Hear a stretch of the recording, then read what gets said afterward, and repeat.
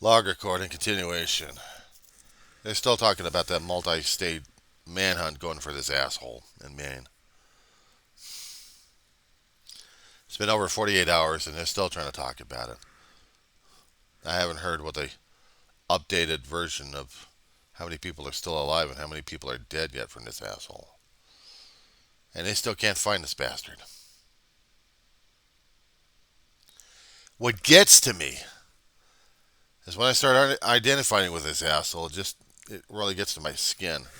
Oh, yeah, I forgot to do the header, didn't I? Sorry. All right, so it's 7:53 in the morning. I can't even talk right this morning. Screw this noise. So it's 27th of October, a few days before we get to turn into Halloween numbnuts. We were John C. having a bad conniption fit day in Roseman, California. Now, this scares the hell out of me to seeing this world going crazier and crazier. We got so combat situations happening left and right. But now we got to worry about this guy going multi-state. And if he actually starts crossing state borders, are they going to catch this bastard or not? I don't know. But it still scares me. And the things that he represents. It was said that if I understood one of the news cycles correctly on this one here, that the army that he was in, surely not the Marines, his CO had reports about him, and they needed to put him into a hospital to get evaluated and checked out. Once they found out that he was sane enough, they released his ass. He was making threats. If I'm trying to understand, if I am trying to understand what some of the news reports and the other medias were talking about, he was making some threats that almost became verifiable, clarified, actual. Scared the hell out of the command, and that's why he went into the hospital to check out to see if he was still in there or not. Somehow or another, he convinced them, and he's still been put on a reserve list because he was a reservist. And it scares me that legally he was actually able to get an automatic or close to one and had it modified. Everyone kept saying that he was an expert. One organization said, no, we verified that he wasn't an expert. But if you're in the military and you're using weapons, you're an expert. At least in my opinion, anyway. And he used it. Now, if it was just going to go in there anonymously, let me. This is going to freak people out, okay? And I don't want to freak people out on this one, but yeah, okay. I am just going to keep the recorder going. I'll keep MSNBC on to keep you company. They're talking with a high-ranking concerning about the U.S. strikes we had against on Syria again. So you kind of catch it in mid-conversation here. If I can get it going. Demonstrated last night, we will do so at a time and place of our choosing. General, yesterday you confirmed this deployment of the 900 troops that are heading to the Middle East, and that also the U.S. is going to provide Israel with 2 Iron Dome systems. What do you tell Americans who see these increased U.S. movements and worry the U.S. could get drawn into war? Yeah, well, again, I can assure you that our focus is on preventing a broader war. Right now, those forces are going into the region for 2 very important purposes. One is, again, to deter a wider conflict and to send a message to any state or non-state actors, to include Iran, that they should think twice about trying to escalate this conflict. And number 2 is to ensure that we have the capabilities we need within this area of operations to protect our forces no matter where they're serving. So that is why those forces are there. And as it relates to Israel, look, we have a very focused effort to ensure that we're communicating closely with the Israelis to provide them with the security assistance they need to conduct their operations to protect their people against Hamas. Hamas terrorist attacks. So given everything Completely that's separate. given what's happening there in Israel, the threats of Hamas and Hezbollah, and by extension Iran, what is the line for America putting boots on the ground? Is there a line? Yeah, so I'm not going to get into hypotheticals. As I mentioned, right now our focus is on communicating with Israel to ensure they have the security assistance they need, while also at the same time ensuring that we have the force presence across the Middle East to Brigadier deter General a potential Patrick Ryder, escalation in this conflict. No one Press wants to see Secretary, this wide. Pentagon. No one wants to see a wider war, and so again, that's what we'll stay focused on. Before we let you go, I want to ask about the main shooting suspect. Can you confirm which law enforcement agencies were told about the concerns about his mental health, and could more have been done? Right, so certainly we're following this reporting that's taking place on this, and our hearts and our prayers certainly go out to the family members who are victims in this. As it relates to this particular individual, this is really something for the Maine authorities to address. To my knowledge, the Department of Defense has not been asked to assist in this effort, but again, we're all watching this just like you are. I mean, we have confirmed in our reporting that CARD's unit commander with the Army Reserves sent him to psychiatric treatment this summer. So can you confirm, and we've also confirmed that they notified law enforcement. That's what we are told. Can you confirm who specifically they notified, what law enforcement agencies?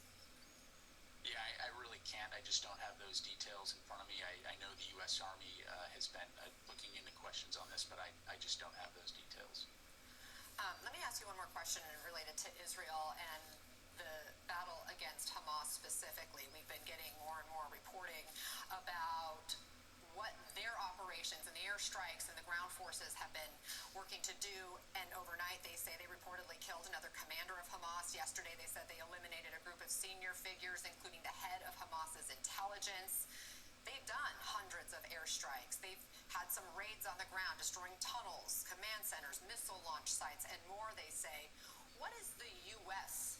assessment of how much of Hamas's leadership and their fighting capabilities have been destroyed? Yeah, thanks for the question. Well, so first of all, I'm just not able to go into our own intelligence as it relates to that. I will tell you that when it comes to the Israeli operations, it's really best that they be the ones to address those. From a U.S. standpoint, our focus is on ensuring we understand what their defense needs are. And certainly in those conversations, we're discussing the kinds of things they need to take into account in terms of operational planning, to include things like taking civilian safety into account, enabling humanitarian assistance to get into Gaza, as well as 500 thinking U.S. through some of troops the deployed operational to the second Middle and East. third order effects as they conduct this. We fully recognize God. Israel has a right to defend itself after they suffered this brutal terrorist attack on October 7th, and we're committed to continuing to support them in their fight against Hamas and terrorism. Brigadier General Patrick Ryder, Pentagon Press Secretary, thank you very much for joining us. Thank you, my pleasure. That does it for us this week. See you back here on Monday. Jose Diaz-Balart picks up our coverage right now. Oh my God, we got boots. Good morning. It is 11 a.m. Eastern, 8 a.m. Pacific. I'm Jose Diaz-Balart. Right now, fear and mourning in Lewiston, Maine, where residents continue to shelter in place as the intense manhunt for a mass shooter stretches. Okay, so now you understand a little bit about the fear I've got right now as it is. I mean, I've already seen 20 years of war on the screen as it is. Now we're going to get into boots on the ground in the Middle East. I'm feeling sick to my stomach. Haven't even eaten yet. More Israeli raids in Gaza. And they were showing the U.S. targets in Syria. I was going to show you something that I brought out, and I probably already did. You're probably going looking for an explanation at this point. Under any other kind of circumstances, probably the zeros or ones or even law enforcement would be looking for something that would be considered dangerous material. These you can get online, and they're supposed to keep your head warm and your face warm, especially when you're out in the cold and you're freezing like crazy. So yeah, They would be pretty decent for sleep masks at night. I think they call this the balaclava. I don't know how to fit this damn thing over the head anyway. Thin as hell. But something of this nature also would help regarding how to feel comfortable. But unfortunately, things of a common nature are considered something of an uncommon nature. And this scares me. Things that would keep my face warm, especially when we're going to get into the colder months. Hopefully, if we get into the colder months, it would be construed as suspect.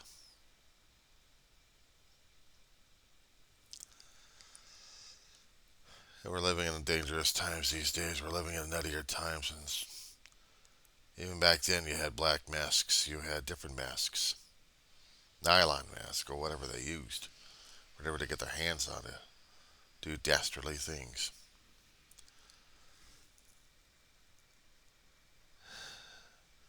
It got so damn cold sometimes, I had to have something on the face. 48 degrees I can try to deal with. But we're talking about dropping back to teens and 20s again, maybe, at night. I know people want to crank up the heat like crazy. I'm cost effective. I'm trying to keep things down regarding how much money I can spend per month on energy costs. And my dog I have to keep wrapped up, or I try to keep him barely comfortable temperatures out here for her to stand it.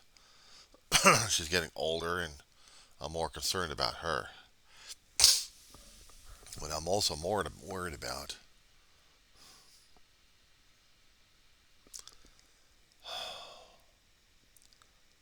the things I probably show would probably tell people, look, he's a suspect. He's got all these things. Probably. I know skiers use these things. People playing in snow would use these things. I'm afraid to bring these things out in the public. Just use them at night. Because then I'd be considered myself a suspect at this point. It scares the crap out of me. Makes me sick to my stomach.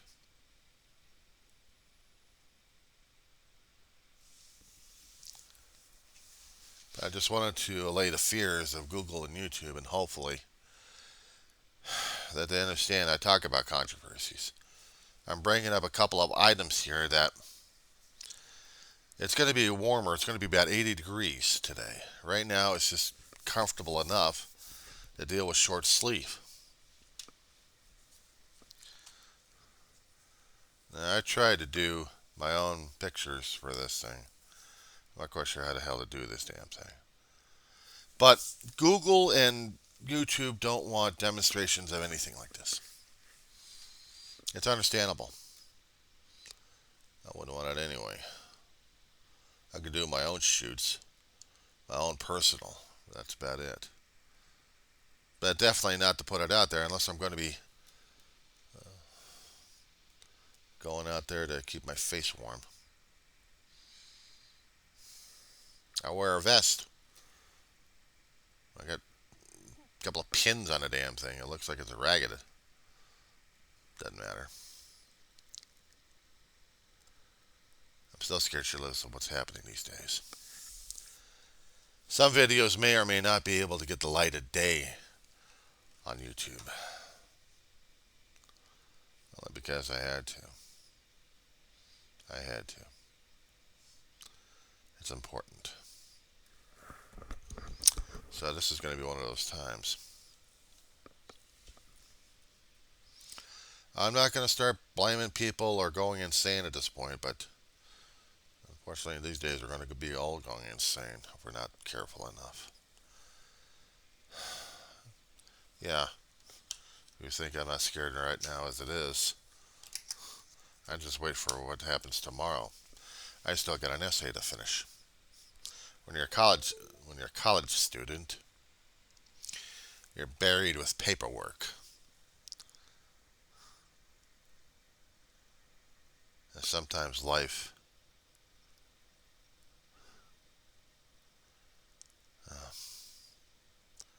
some things scare the hell out of you worse than essays. And I'm feeling it.